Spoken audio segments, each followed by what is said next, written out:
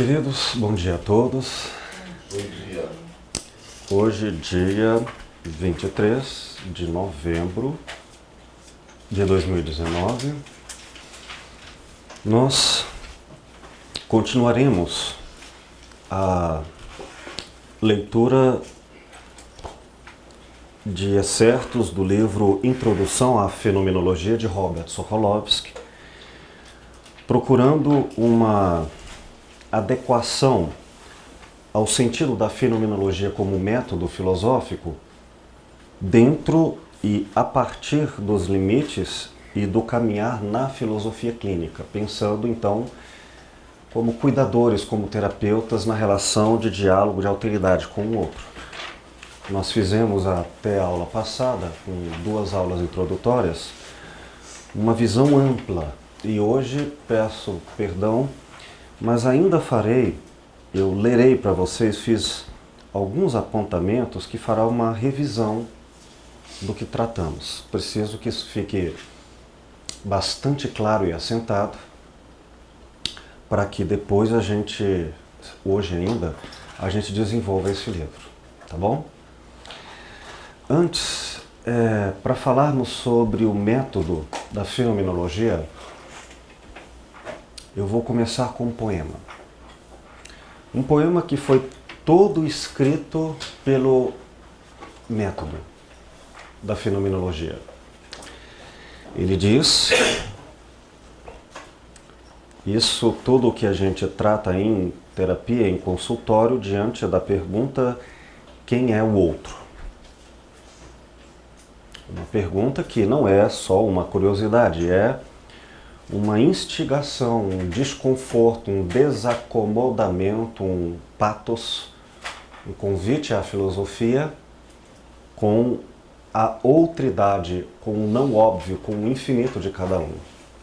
Uma pergunta que, feita a si mesma, poderia ser dita assim: quem sou eu?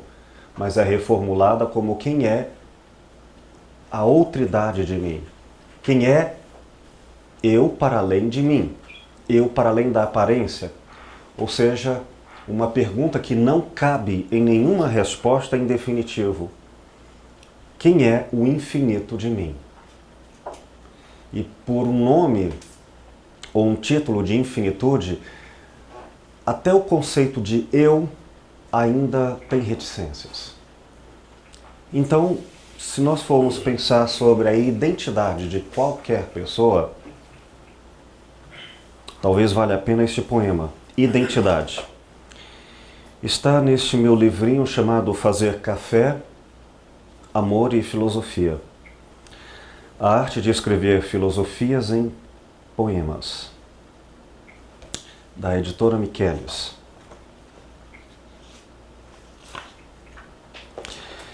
Bom, esse livro ele tem 2 partes, uma de poemas filosóficos e uma segunda parte de uma filosofia poética, em que há um ensaio sobre a poesia como estrutura linguística de poesia.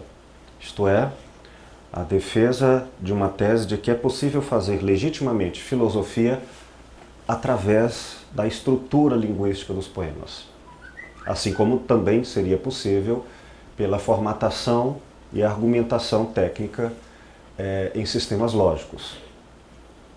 Claro que muitos filósofos, sobretudo a partir de Nietzsche, mas é claro, não vamos esquecer desde Platão a literatura como narrativa, a filosofia como literatura, a filosofia como narrativa, a poesia mais do que uma emissão de buscas ou expressões estéticas, mas ontológicas. O ser do belo, o ser das coisas, o ser em sua vivência de sensibilidade.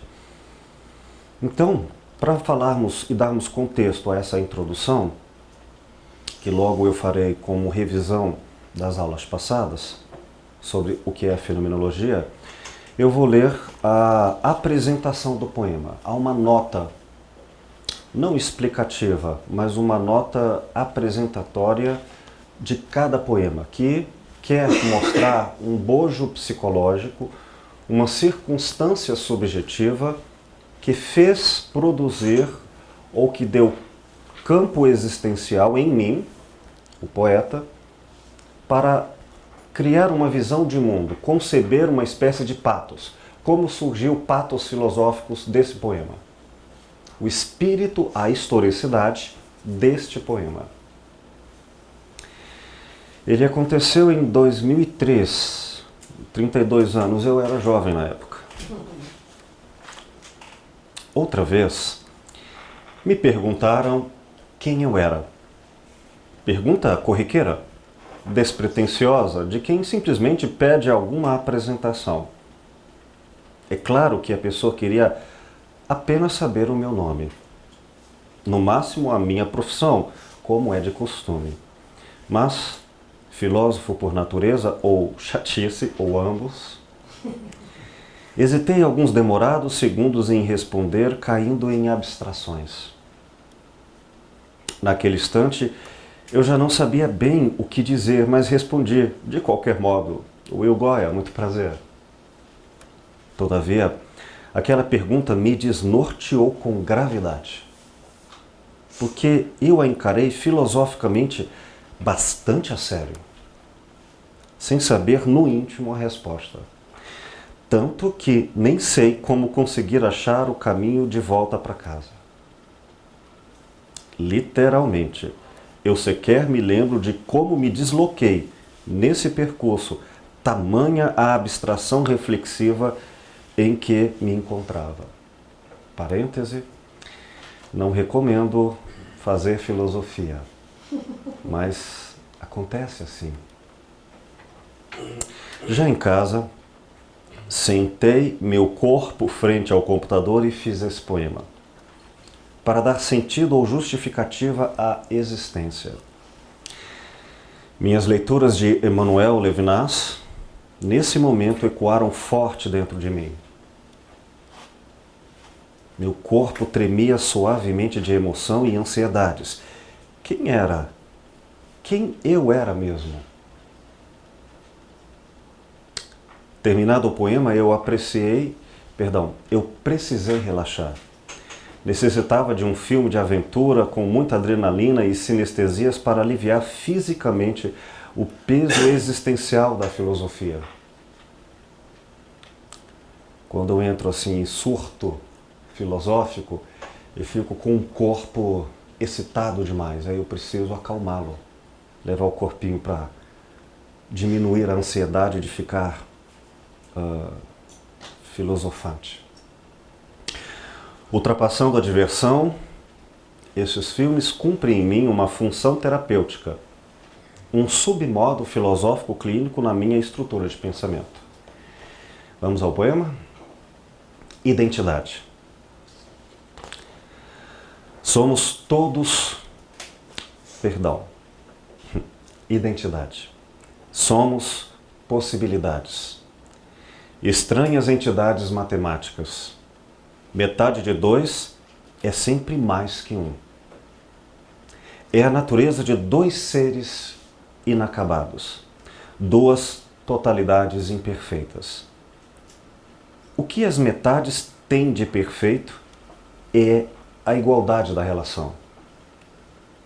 Não é a metade de cada um o que nos une, mas nossa diversa natureza conjunta. É a constante busca pelo encontro com o outro, numa incompletude que se encaixa pela transformação. Os contrários se repelem, os opostos se atraem, mas só os afins caminham juntos. É assim. Quanto mais distantes, mais nos parecemos iguais uns aos outros, indistintamente. Quanto mais pertos, mais fácil é ver a diferença que nos separa. Amar o próximo não é amar o semelhante. É aproximar-se do que nele somos diferentes. E deixar vir o mistério que nunca se revela por inteiro. Repetidamente acolhedor. Amar é estranhar atenciosamente aquele que se ama. como um hóspede sempre recém-chegado ao coração.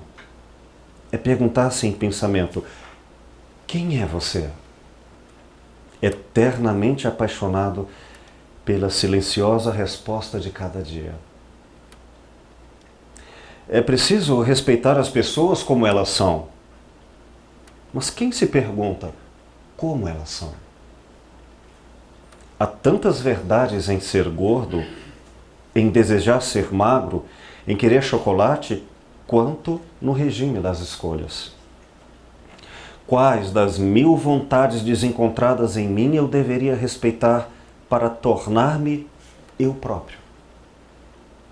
E quem pode abrir a janela da hesitação se a maçaneta do saber não está do lado de fora? Todos me exigem definições. Desafiam-me a existir de um jeito único no mundo. Com alguma sorte, não sou o que me dizem, mas o quanto me modifico a respeito. E penso, se eu quiser mudar você, antes eu tenho que me dispor a ser mudado.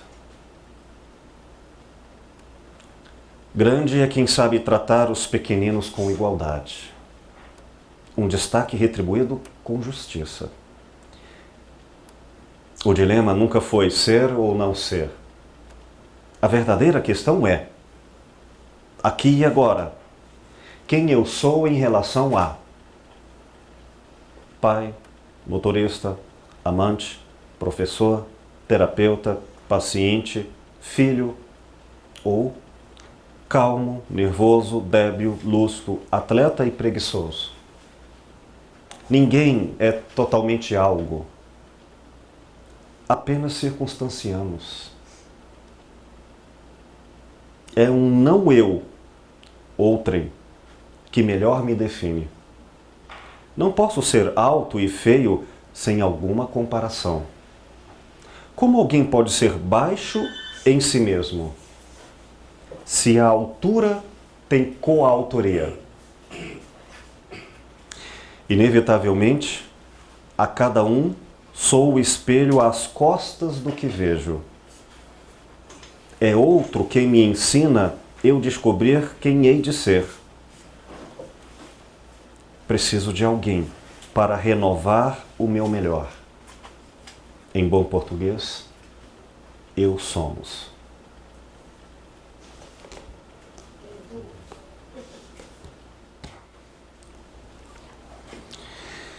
Então, queridos, quero, em carinho, em respeito e pedagogicamente, repetir algumas das ideias básicas que eu trabalhei junto com vocês, apresentando as noções amplas do que é fenomenologia.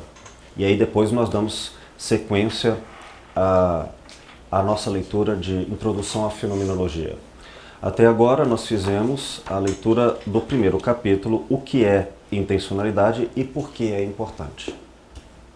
Bom, anotem por gentileza as suas dúvidas em revisão do que vamos fazer agora, porque depois eu atenderei essas questões se houverem, e então a gente começará retomando a leitura do livro, tá bom? Primeira observação que eu quero fazer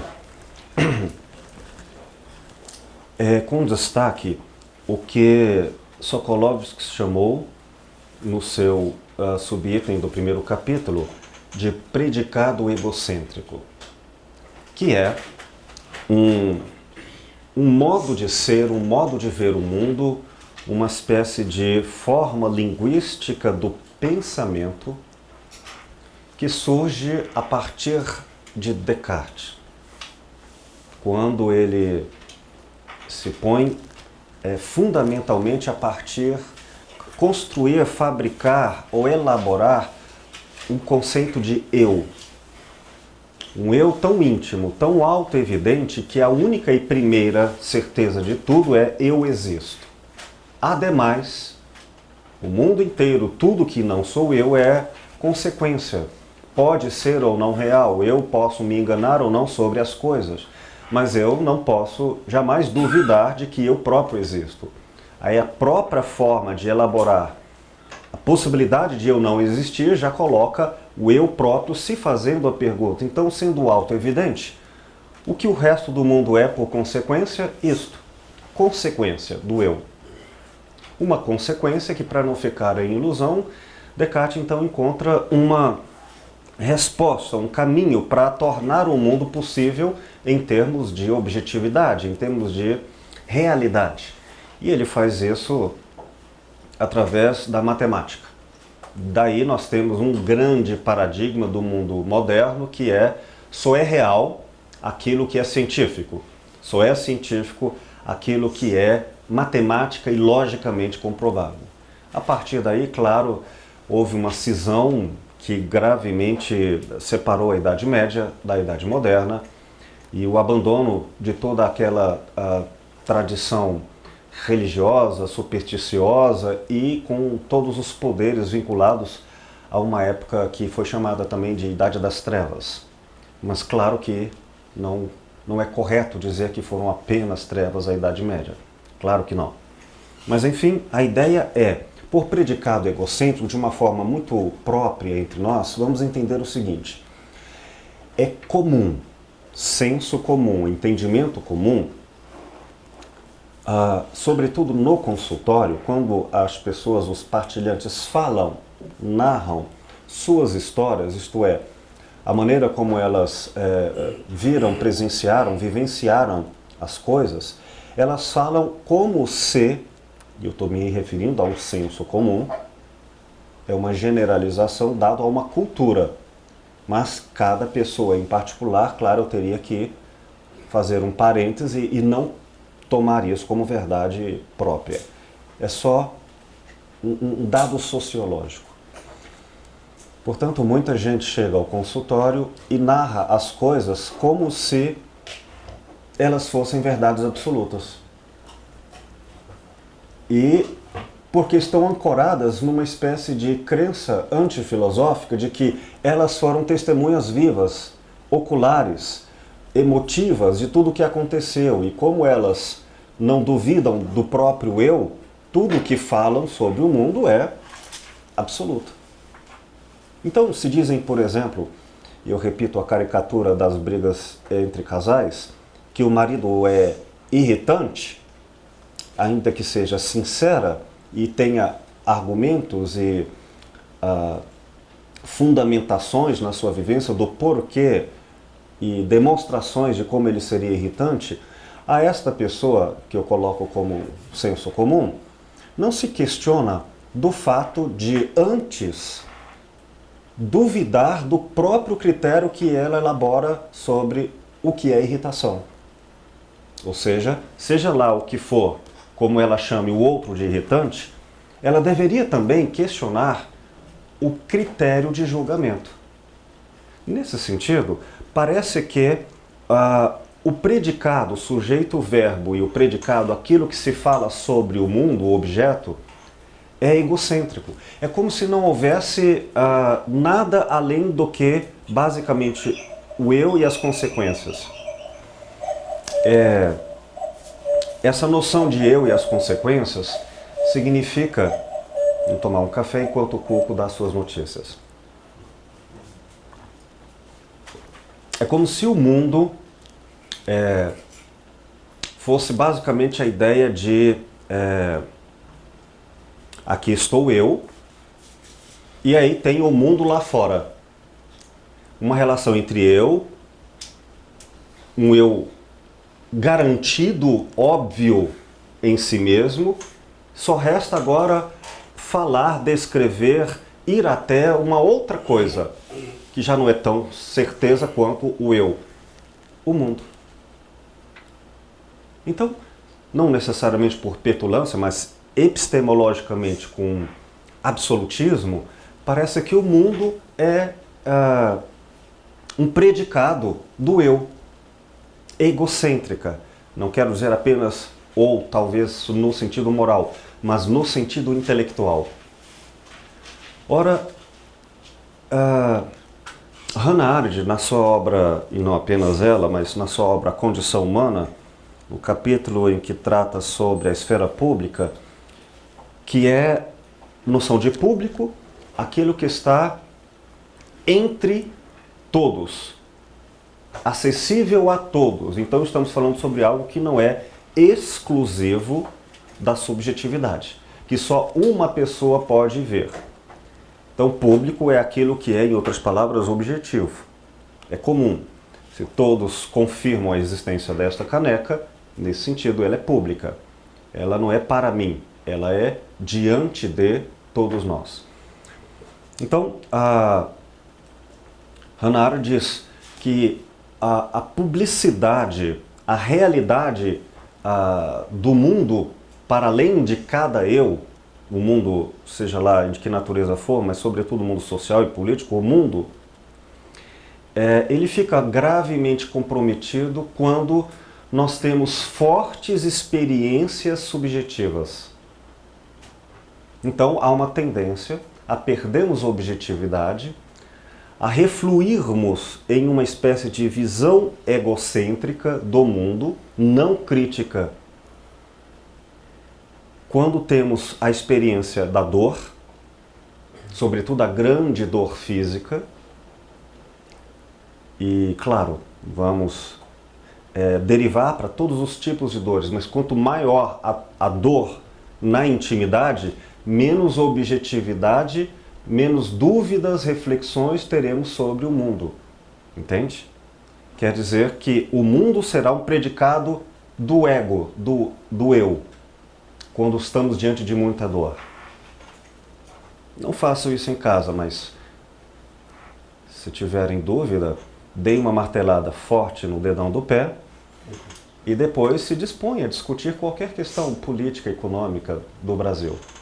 O mundo parece ser refém do eu, e se o eu está sofrendo, pausa, quando uma pessoa geralmente procura o terapeuta, não é porque está filosoficamente em busca de autoconhecimento para além, geralmente é em atraso porque está sofrendo dores que já estão no limite. Então, é natural que a fala em consultório seja carregada de uma suposta obviedade do qual menos ela é questionável, e sim o mundo.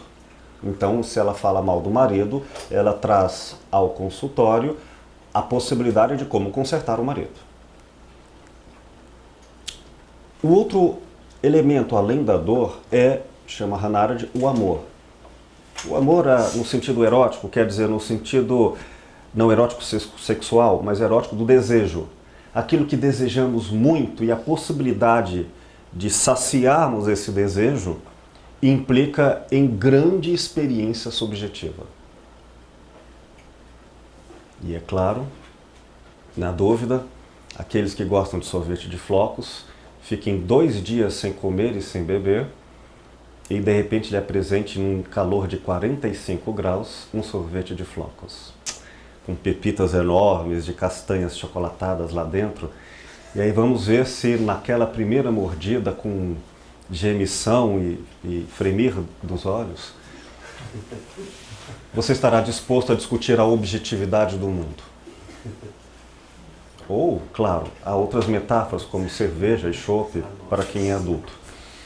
Mas enfim, então, entre a intensidade da subjetividade e o risco da perda de objetividade no mundo, disso é o que falamos sobre o risco do predicado egocêntrico.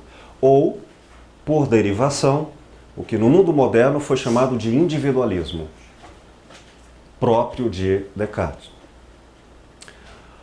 Bom, Descartes resolve isso também fazendo uma cisão entre o mundo mental, o mundo abstrato, o mundo que, portanto, se torna objetivo graças à matemática, e um outro recorte separado, o mundo material, o mundo que estuda a materialidade de tudo. Então, sendo um mundo separado entre alma e corpo, entre mente e corpo, um outro grande filósofo e grande pensador no mundo moderno que vai subsidiar o que nós chamamos de paradigma da modernidade, que até hoje é muito forte em muitos de nós, além do racionalismo matematizante, é a de Isaac Newton, para o qual toda a realidade se explica mecanicamente pelas forças e mobilidades da matéria, razão pela qual o mundo é material. E tudo é à semelhança do relógio, tudo é materialmente causa e efeito. Então nós temos aí, com os dois, sem adentrarmos em cada um deles por profundidade, nós temos uma cisão entre mundo abstrato, mundo mental e mundo material. O materialismo e o racionalismo comporam a visão hegemônica, a visão padrão de 3 séculos. Portanto, quando falamos em senso comum, estamos falando a herança tradicional do que no início foi um pathos filosófico que revolucionou de forma crítica a realidade, questionando o que é ou não real, e depois isso acaba deixando de ser um estado crítico, em crise, em nível máximo, e vai se tornando assentado como obviedade. Logo, o racionalismo, há uma tentativa comum de explicar as coisas racionalmente, tornar tudo um argumento, sobretudo pela nossa formação escolar, que ela não é complexa, holística, ela é basicamente racional. E mais, o mundo como comportamento, o mundo em que até os sentimentos são quantificáveis, como você me ama muito ou pouco, e eu quero provas materiais disso, basicamente um mundo muito racionalista e muito materialista fazem com que seja lugar comum nas demandas de consultório, no assunto imediato, questões mecânicas. Basicamente assim, olha, eu estou com um problema aqui, eu quero que você tire esse problema, coloque acolá, resolva, faça movimentações. E aí, entre elas, me dê argumentos para eu mudar de opinião ou mudar o outro de opinião. Entendem o predicado egocêntrico? Porém, agora nós temos que questionar, mas e o princípio de tudo isso, que é o eu está interpretando? Então temos que investigar os critérios de elaboração iniciais com que este eu julga o mundo. E é aí que, na aula passada, depois de falar sobre o predicamento egocêntrico, entrou um subcapítulo chamado A Publicidade da Mente, que lemos. E é neste ponto que ele vai falar sobre, peraí, se eu colocar a própria mente como algo tão real a ser conhecida, a ser investigada, a ser contabilizada nos problemas epistemológicos, quanto o predicado, aí eu terei tanto o sujeito quanto o predicado, tanto quem julga quanto o que é julgado, como igualmente importantes para entendermos o funcionamento da mente, para entendermos o conhecimento. Traduzindo, isso quer dizer que teremos duas fortes implicações, uma de natureza epistemológica. Na relação entre sujeito e objeto, falamos isso é só uma revisão. Até Immanuel Kant, no século XVIII, havia duas correntes epistemológicas básicas. Uma, a do idealismo, que surgiu desde Sócrates e Platão, no qual o mundo material era uma grande ilusão, na caverna dos 5 sentidos. E daí a ideia de idealismo. Tudo depende de como o sujeito vai alcançar as ideias perfeitas. Descartes recupera isso. E o realismo, do qual, desde Aristóteles, a ideia é que o mundo possui categorias ontológicas, quer dizer, não é do sujeito, é da coisa em si mesma. Isso é a metafísica, é da realidade em si mesma. É ela, daí a expressão, goste você ou não, queira você ou não, a realidade existe sem pedir licença. Então, nós tivemos por muito tempo essa dualidade entre alguns que eram idealistas, como filósofos ou senso comum, outros que eram realistas, numa tendência a ser mais abstrato ou mais empírico. E é claro que quando nós falamos em Descartes como idealista e Isaac Newton como um realista, nós tivemos essas duas tendências até Immanuel Kant. A primeira revolução de natureza epistemológica, que Kant chamou de revolução copernicana. Isto é, lembra a metáfora de Copérnico. É como se até agora a gente entendesse como observadores que a Terra está parada e o Sol se modifica. E aí, de repente, quando Copérnico percebe que, por uma geometria, o cálculo da luz do Sol sobre a Lua, e ele compreende que, na verdade, é a Terra que se mexe e não o Sol, muda tudo. Não só muda a compreensão astronômica, mas também a compreensão antropológica, no qual o homem não é mais o centro do universo e, portanto, todas as concepções, enfim. Bom, é nesse sentido que Kant fala sobre a simultaneidade entre questões que são ao mesmo tempo, portanto, mesmo tempo do sujeito e do objeto. Kant consegue finalmente uma visão epistemológica que é ao mesmo tempo do sujeito e do objeto, acabando com essa grande cisão. Como é que isso se deu?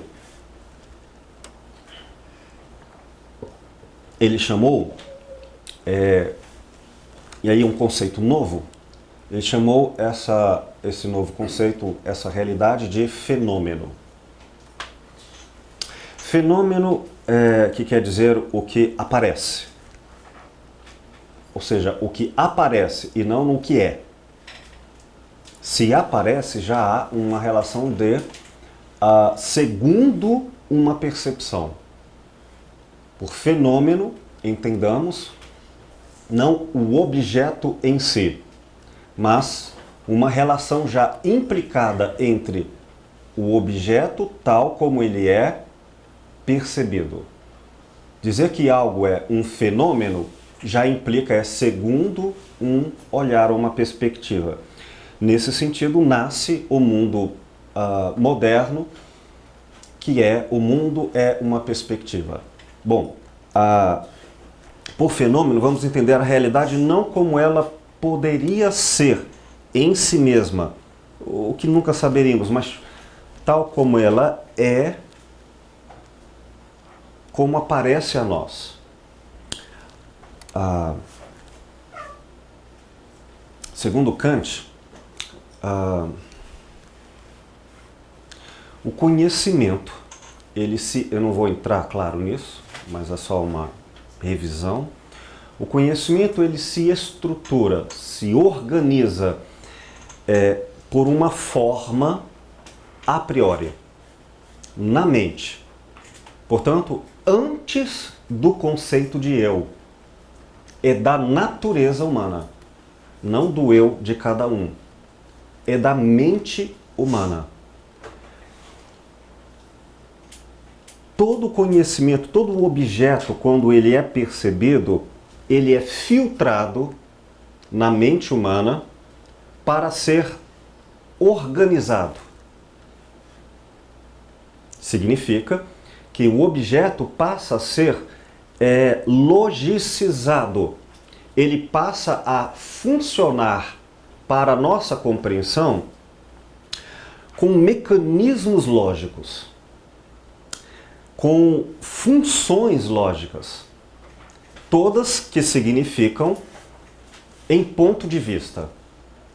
Como eu não consigo, por exemplo, ver qualquer objeto físico, vamos falar de objetos físicos, em todos os lugares possíveis ao mesmo tempo, e eu não coloco apenas do lado de fora, mas também do lado de dentro, na impossibilidade lógica humana de conhecer o objeto na essência de si próprio, o que nós fazemos?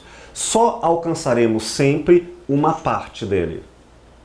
Mas esta parte, e aqui eu estou me referindo visível, mas eu poderia colocar qualquer sentido, ela é a menor parte de todo o objeto.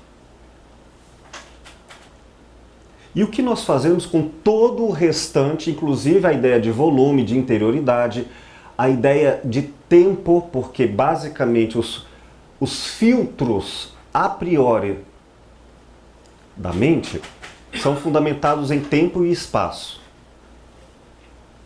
Então nós colocamos tudo em perspectiva, é um antes e um depois, em relação a um ponto de vista. Então, como eu entendo que isso aqui existe? É porque o restante de todas as coisas que eu não consigo entender, eu completo, eu imagino. E essa parte é feita como? Em perspectiva. Então, cada um de nós, ainda que eu, por exemplo, olhe do outro lado dessa garrafa, o que eu terei ao retornar para o ponto inicial já não é o fenômeno do objeto em si, mas será o fenômeno acrescentando à visão sensorial outra percepção, a memória. E por aí vai. Além de que, por exemplo, eu não tenho como saber que isso vai daqui até o infinito, num prolongamento. Eu imagino que ele acaba. Por que eu imagino? Porque eu tenho uma noção de tempo e espaço que obriga o mundo a ser limitado. Me desculpem os poetas, mas cientificamente a palavra infinito não faz sentido. Não pode ser imaginada, eu não posso criar uma imagem dela. Então eu não posso pegar a essência de qualquer coisa.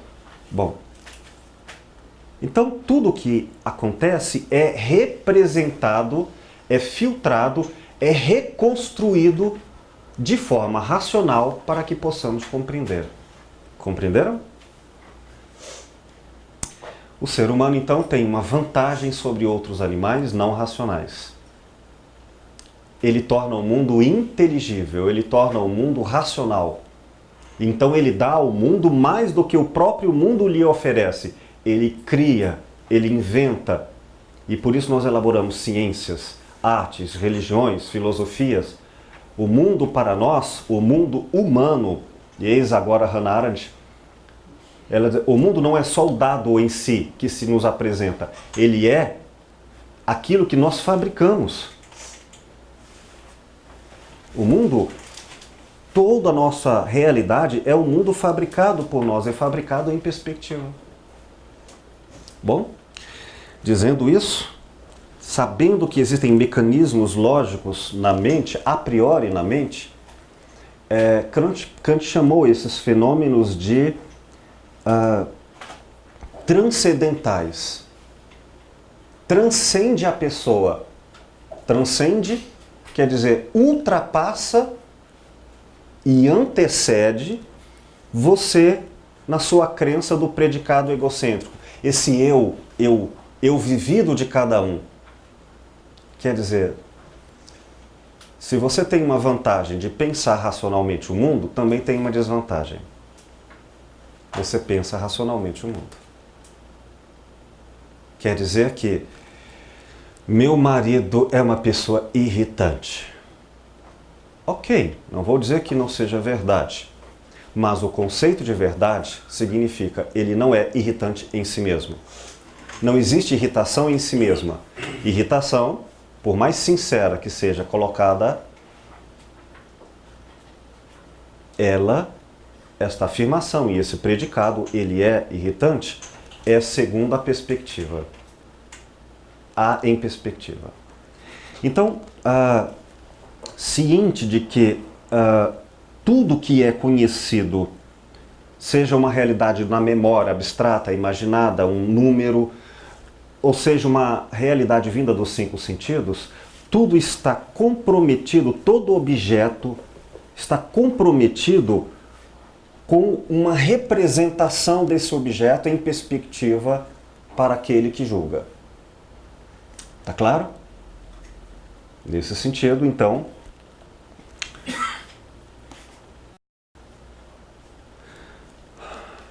vamos chamar de a forma como nós organizamos o mundo percebido são categorias. A palavra categoria, que vem desde Aristóteles, quer dizer ordem, organização. Então eu organizo no tempo e no espaço, isto é, com senso de história, ao ponto de eu fazer narrativas, eu poder falar, ah, foi assim, foi assado. No tempo, internamente, para ser tempo humano, ele é um tempo que tem antes, durante e depois. Então ele é um tempo histórico. E é histórico porque só faz sentido em antes e depois em relação a um lugar físico, a uma referência qualquer. Então ele é tempo e espaço. É tudo relacionado. Isso se chama categoria. Categoria temporal, categoria espacial. Então há várias categorias na mente que, quando nós percebemos qualquer realidade, elas já são categorizadas. Até o menino que não organiza o quarto, porque ele existe enquanto humano, ele organiza para ele algum sentido de realidade. Bom, essas categorias transcendentais, quer dizer, elas são lógicas, elas não são psicológicas. Lógica porque tempo e espaço é a forma humana de se pensar, são chamadas na fenomenologia de intencionalidade. Não tem a ver com vontade e intenção, desejo. Tem a ver com filtro lógico. Se eu usei linguagem, se eu elaborei um pensamento em sujeito, verbo, predicado, eu tornei o mundo, a priori, só porque eu pensei, eu tornei o mundo lógico. Eu categorizei o mundo. Se tudo é interpretação, concluindo essa revisão geral, vamos separar aqui duas noções. É uma separação didática, ela não posso falar nela de forma radical, é só didática, tá bom? Duas noções de eu. Isso é muito importante na experiência terapêutica de um filósofo clínico. Para se autoconhecer como alteridade e para conhecer o outro. Vamos sempre ver com dois eus. Então, se alguém perguntar, e você? Falou, qual dos dois? Sempre dois eus. Vou chamá-lo de eu empírico. Eu psicológico, eu vivencial, eu empírico, eu psicológico, eu vivencial e acrescentem aí uma outra característica deste eu, autoevidente. Isto é, essa pessoa que você acha que é, que você vive. Quando alguém falou assim, achei uma nota de R$100, de quem é? Aí a sensação do eu, quando surge, é disso aí que eu estou falando. É esse eu, o eu vivido, que é o eu que fala, vive, sofre. É o eu. O eu é o eu. Tá bom? O eu de cada um. Para nos referirmos a todo, vamos chamar aqui, numa metáfora, ao material de análise, ao material de estudo do filósofo clínico, vamos chamar como qualidade, e repito, é só um didatismo, vamos chamar todo o material narrado por esta pessoa de conteúdo. Então, este eu vai nos trazer um conteúdo vivido, que é a sua narração, a sua historicidade, que é a sua vivência, seja ela em linguagem verbal ou não verbal. né? Ela traz um conteúdo de vida. Bom, o outro eu, do qual nós nos referimos sobre o ponto de vista da fenomenologia no consultório em filosofia clínica, é um eu aqui, não é totalmente isto, mas vamos falar apenas agora do viés pela fenomenologia, porque em filosofia clínica há transcendências metafísicas, estruturalismos, mas vamos falar agora só por fenomenologia. Este outro eu, que é a priori, acrescentem também sobre o primeiro eu que me referi, é a posteriori. É um termo latino, posteriori. A, separado, posteriori. Posteriori quer dizer, ele vem depois, ele vem com a vivência. É tudo sinônimo. Então, nós temos o eu instantaneamente vivido, sensível de tudo, e nós temos um outro que nós vamos chamar de estrutura de pensamento. É o eu filosófico. O primeiro é psicológico, o primeiro é vivencial, é o eu íntimo, subjetivo de cada um, subjetivo empírico. Já o segundo eu é estrutura de pensamento. Abreviadamente chamaremos de EP. Este é, características dele, a priori. Quando falamos em a priori, estamos falando que é a estrutura de perspectiva mental que esta pessoa tem, independente, anterior ao desejo, ao querer dela. Não é o eu que se fala pela vivência. Por exemplo, vou dar um exemplo. O eu, da Silva Sauro, eu gostaria de ver o mundo, entender o mundo com o sentimento de generosidade de Francisco de Assis. Tenho sobre isso alguma noção, mas quando eu olho eu não vejo assim. Ou eu queria pensar de forma matemática complexa, como um grande matemático. Eu desejo, eu psicológico, eu vivencial, mas eu não consigo ver sobre essa perspectiva porque eu não tenho essa implicação, entende? Eu não tenho esse viés.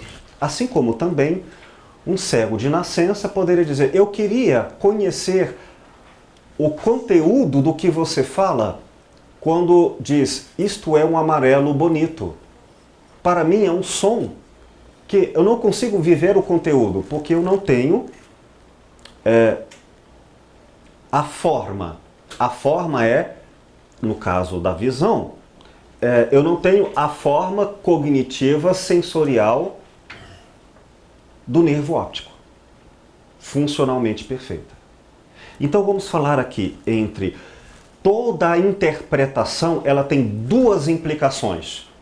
Ela está comprometida sempre com dois vieses que terão que ser interpretados. Um, ao que está ligado o eu psicológico. Então você fala, nossa, este pão de queijo me lembra a minha avó.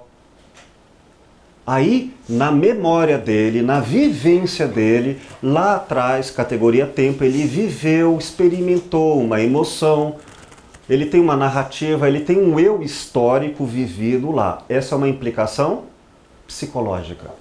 Esta é uma implicação vivencial. É do conteúdo da vivência narrada. Tá claro? Ok.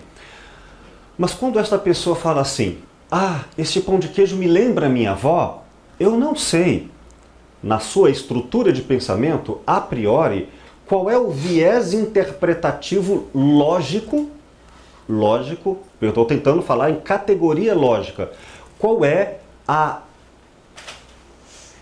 estrutura formal que ele usou não porque ele escolheu necessariamente, mas que existe nele para poder trazer esse conteúdo sobre uma forma. Eu vou dar 2 exemplos de 2 categorias lógicas que existem nas possibilidades humanas de se interpretar. Estou falando em forma, estruturas lógicas a priori. Bom, ele poderia se lembrar da avó emocionalmente. Ah, tá. Então agora eu vou entender. O conteúdo do qual ele diz que quando se lembra da sua avó através do pão de queijo por uma memória, é fundamentalmente pela forma emocional. Então agora, entendendo que a forma cognitiva com que ele acessa o conteúdo, imagine o conteúdo uma água, metaforicamente, e a forma um vasilhame. Então ele vai pegar essa memória, essa vivência de maneira emotiva. Sabendo disso, agora eu vou conversar com ele em relação às emoções dele. Mas eu posso, filósofo clínico, intérprete, entender de maneira errada. Não, não é isso. Deixa eu entender melhor. E aí eu entendi, burilei, filtrei e percebi. Ele está se referindo à memória sensorial. Ou seja, quando ele lembra da avó, ele saliva a boca, ele sente o cheiro em memória da avó. Ele está falando da categoria sensorial e não da categoria emocional. Então a memória, a narrativa e a interpretação do conteúdo da fala vai vir por um viés interpretativo, pela estrutura de pensamento, pela forma sensorial. E poderia ser os dois, aí tem uma infinidade de concepções. Está claro, gente? Então não é óbvio que quando a pessoa fala, eu me lembrei da minha avó, qual a forma com que eu irei entender? Eu tenho que estudar todas essas formas a priori, isto é, elas existem na racionalidade. Quero dizer, racionalidade não entendo racionalidade matemática, quer dizer, na organização mental, humana. Então nós temos possibilidade emotiva de ver o mundo, possibilidade sensorial de ver o mundo.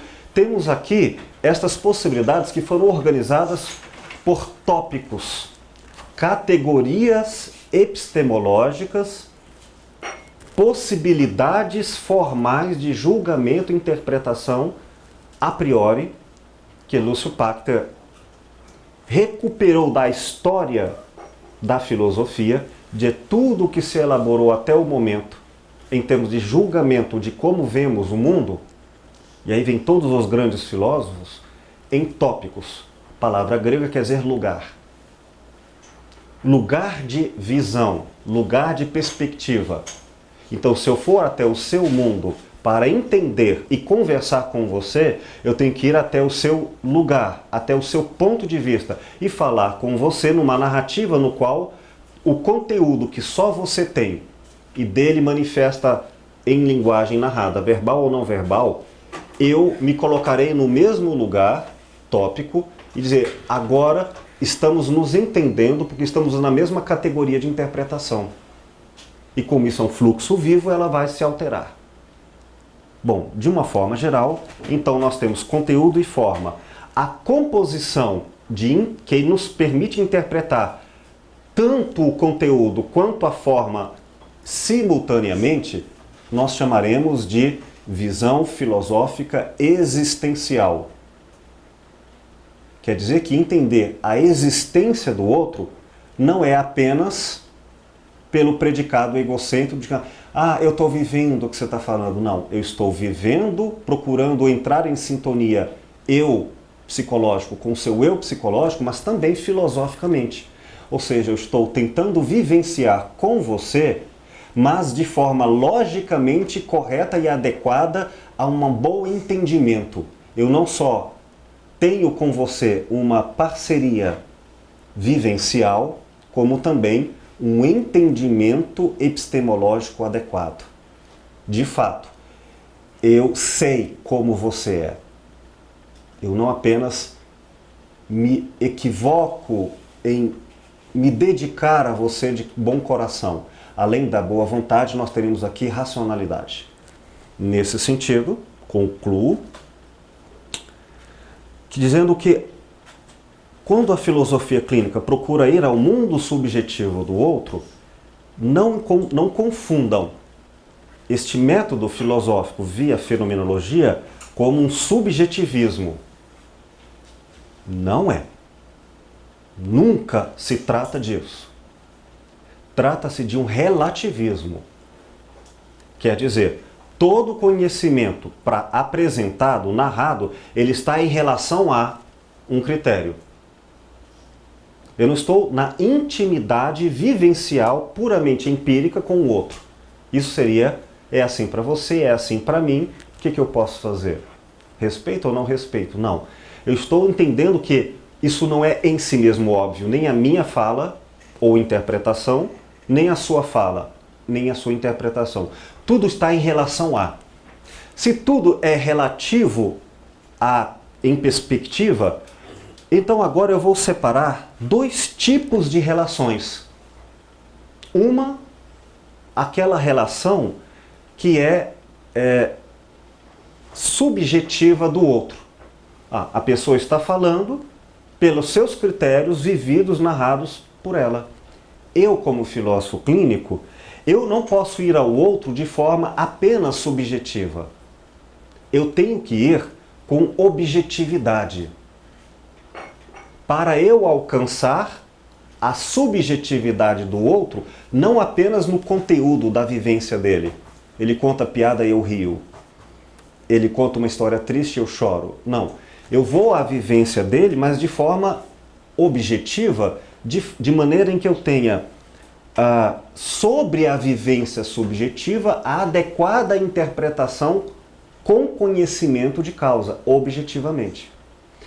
Por isso, a objetividade da subjetividade, o que implica em método, eu posso dizer qual é o seu ângulo de vista, ao que isso está implicado, porque eu conheço tanto o seu modo formal, lógico de interpretar o mundo, eu tenho a sua estrutura de pensamento formal, eu tenho o seu óculos epistemológico, sei como você interpreta o mundo. Conhecimento, a sua lógica da realidade. Lógica pessoal, com que você angula todas as coisas. E também tem uma vivência íntima como pessoa. Tá claro, gente? Esta objetividade, ela não é matemática, ela não é pura, ela não é isenta de erros. Esta objetividade é chamada objetividade artesanal, porque parte dela é um esforço metodológico, mas nunca a estrutura de pensamento de alguma pessoa é ela. A minha perspectiva de mundo não sou eu. Entende? É assim como o óculos, com a sua lente moldada que nos permite ver com o ângulo de vista do outro, não é a pessoa. Ou o mapa diagnóstico não é o terreno das vivências. Mas nos ajudará a não nos perdermos na presença e na narrativa da vida e do mundo do outro. Está claro? Essa objetividade artesanal, ela é o que chamamos atrás de tecne. Ela é uma arte entre nós.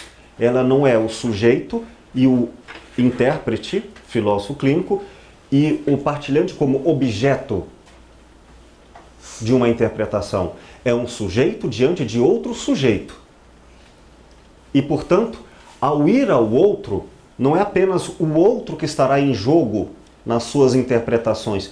Eu terei que fazer isso também com as minhas interpretações. Então eu tenho que filtrar, eu, o filósofo clínico, duas estruturas de pensamento e duas vivências de conteúdo. A sua e a minha. Então, se você diz, o café está doce, ok. Na estrutura de pensamento dessa pessoa, no conteúdo de história, o que ela chama de doce, qual é a vivência que ela tem com isso. Quando ela diz doce, Eu vou tentar agora, em termos a priori, lógicos, formais, ela está se referindo a um café do ponto de vista sensorial, então ela está falando do paladar, ou ela está dizendo é doce do ponto de vista poético, abstrato. Nossa, que doçura, que gentileza, sabe, que sensibilidade do café. Eu tenho que interpretar todos os vieses. E também eu só poderei fazer isso com ela se eu tiver bem afinado com o meu próprio olhar. Então eu não serei um eu empírico, distraído, qual quem entra no cinema e fala, agora eu quero só entrar no filme e ser comandado pelo filme. Eu serei abstraído de mim mesmo e serei alienado ao filme. Não. Aqui eu vou ao outro, mas ciente de que o meu olhar está devidamente bem funcionando para separar. Numa metáfora, eu vou ver o filme e aprender a curtir tanto como à distância, espectador, tanto quanto como diretor de cinema que vê o filme e saberá curtir o conteúdo e a técnica simultaneamente. Falou, nossa, adorei essa cena. O jogo de luzes e sombras e a posição da câmera foi ideal para comunicar essa experiência. E assim eu concluo essa demorada introdução, de novo em revisão do que estudamos até agora. Ajudou? Perdão pelo cansaço. Punk. Um iniciozinho grande. Mas vamos fazer um intervalo comercial, depois tirar todas as dúvidas, e aí sim nós começaremos a aula de hoje.